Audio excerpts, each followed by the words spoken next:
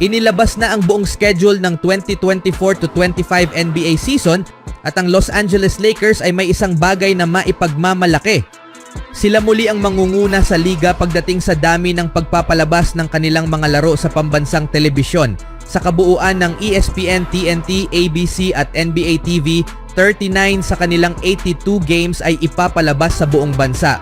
Kasunod ng Lakers ay ang Golden State Warriors na may 36 games. Pagkatapos ay ang reigning champion Boston Celtics at New York Knicks na parehong may 34 games.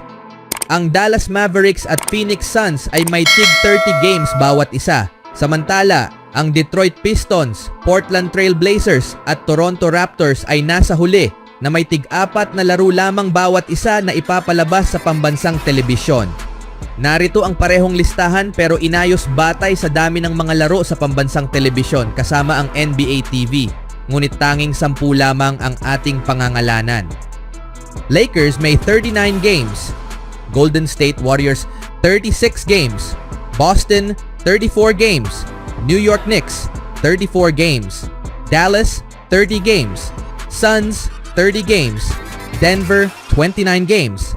Bucks 27 games. Sixers, 27 games. Minnesota, 25 games. Kung pamilyar ito'y dahil ang Lakers ay laging nasa una o pangalawang pwesto sa NBA pagdating sa dami ng mga laro sa pambansang telebisyon simula nang dumating si LeBron James noong 2019-2020 season. Gayunpaman, ito ang unang pagkakataon na nanguna ang team mula noong 2021-22 dahil ang Warriors ang nanguna sa nakaraang 2 season. Malinaw na hindi ito reflection of meritocracy.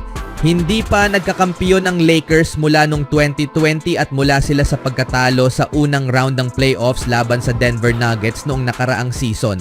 Gusto ng mga telebisyon na magpakita ng magagaling na team pero mas gusto nila ang mga malalaking pangalan. Kaya naman mas may saysay na pangalawa ang Warriors sa kabila ng hindi nila pagpasok sa playoffs noong nakaraang season. Lalo na kung iisipin ang pangalan ni Stephen Curry. Ang Lakers ay puno rin ng intriga para sa paparating na season dahil sa karagdagan ng anak ni James na si Bronny at ang pagkakaroon ng kanyang podcast partner na si JJ Redick bilang head coach.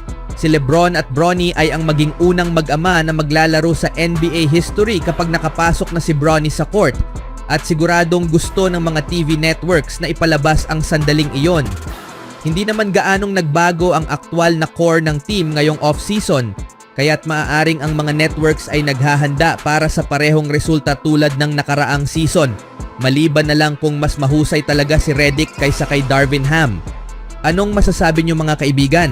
Sa ibang balita naman, mukhang hindi masyadong nababahala si Steph Curry tungkol sa roster ng Warriors sa papasok na 2024-25 NBA season.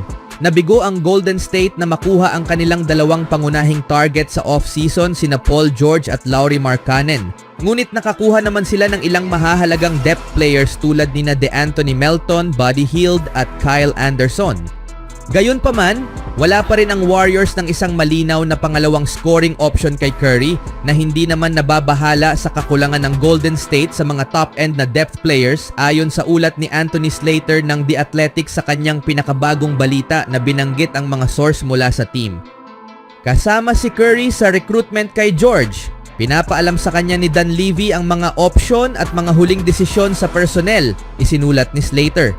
Hindi ipinapakita ni Curry ayon sa mga source mula sa team ang anumang senyales ng pagkabahala o pagkadismaya. Ngunit may pagpipilian ng pagkilos o walang hakbang sa mga darating na buwan na magbibigay ng mas malinaw na ideya tungkol sa kanyang pangmatagalang pananaw. Iniulat din ni Slater na binanggit ang mga source mula sa team na bagamat hindi ipinapakita ni Curry ang anumang pagkabahala tungkol sa roster ng Warriors, may pagkakaintindihan sa loob ng organisasyon na ang 2024-25 na team ay hindi pa maaring ituring na isang tapos na produkto kung nais nilang makipagkumpetensya para sa isang kampyonato.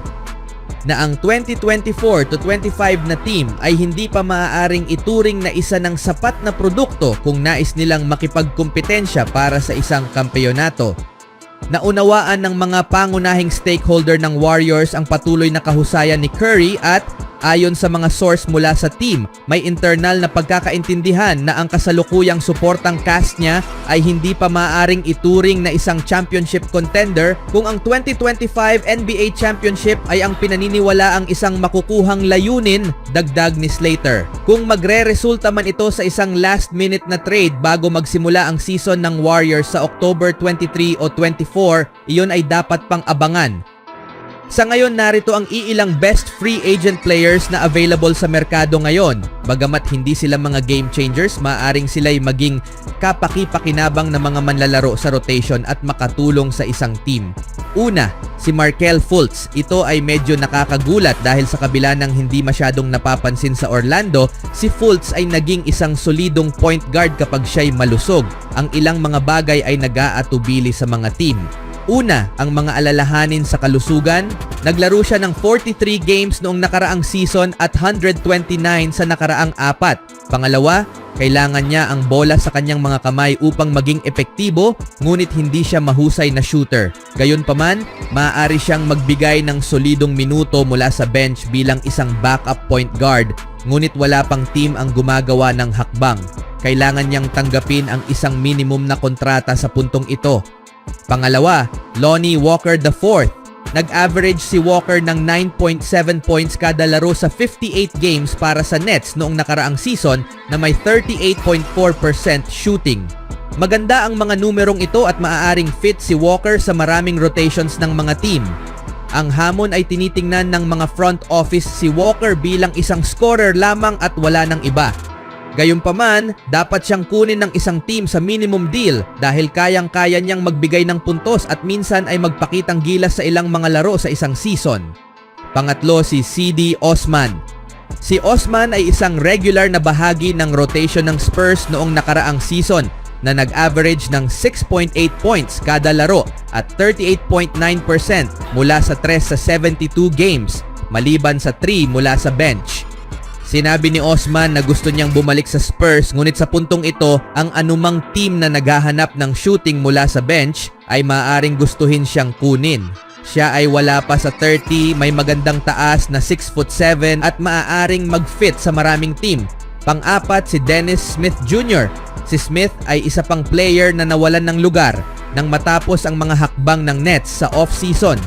Noong nakaraang season, ang point guard ay nag-average ng 6.6 points at 3.6 assists kada laro sa Brooklyn. Bagamat hindi siya mahusay na outside shooter, may career 29.8% mula sa 3. Kaya niyang magpatakbo ng laro at magbigay ng rotation minutes mula sa bench. Bagamat may mga balita tungkol sa ilang team, wala pang transaksyon ang naganap. At si Davis Bertans. Si Davis Bertans ay tinanggal ng Charlotte ngayong tag-init habang siya ay naglalaro para sa kanyang bansang Latvia sa isang Olympic qualifying game at wala pa rin kumukuha sa kanya bagamat may mga balitang interesado ang 76ers. Si Bertans ay isang 6'10 na floor spacing big na nag-average ng 6.7 puntos kada laro at 38% shooting mula sa 3 noong nakaraang season sa Oklahoma City at Charlotte. Maraming team ang maaaring mangailangan ng isang 4 small ball 5 upang magbigay ng spacing mula sa bench, kaya't madali siyang makita na pipirma ng kontrata bago magsimula ang training camp. Sa tingin nyo mga kaibigan? Always do it on my own, so I gotta get through it. And the only thing I know is to love what I'm doing. Never give up, never slow, till I finally prove it. Never listen to the no's, I just wanna keep moving. Keep my head up when I act, head up, that's a fact. Never looking back, I'ma keep myself on track.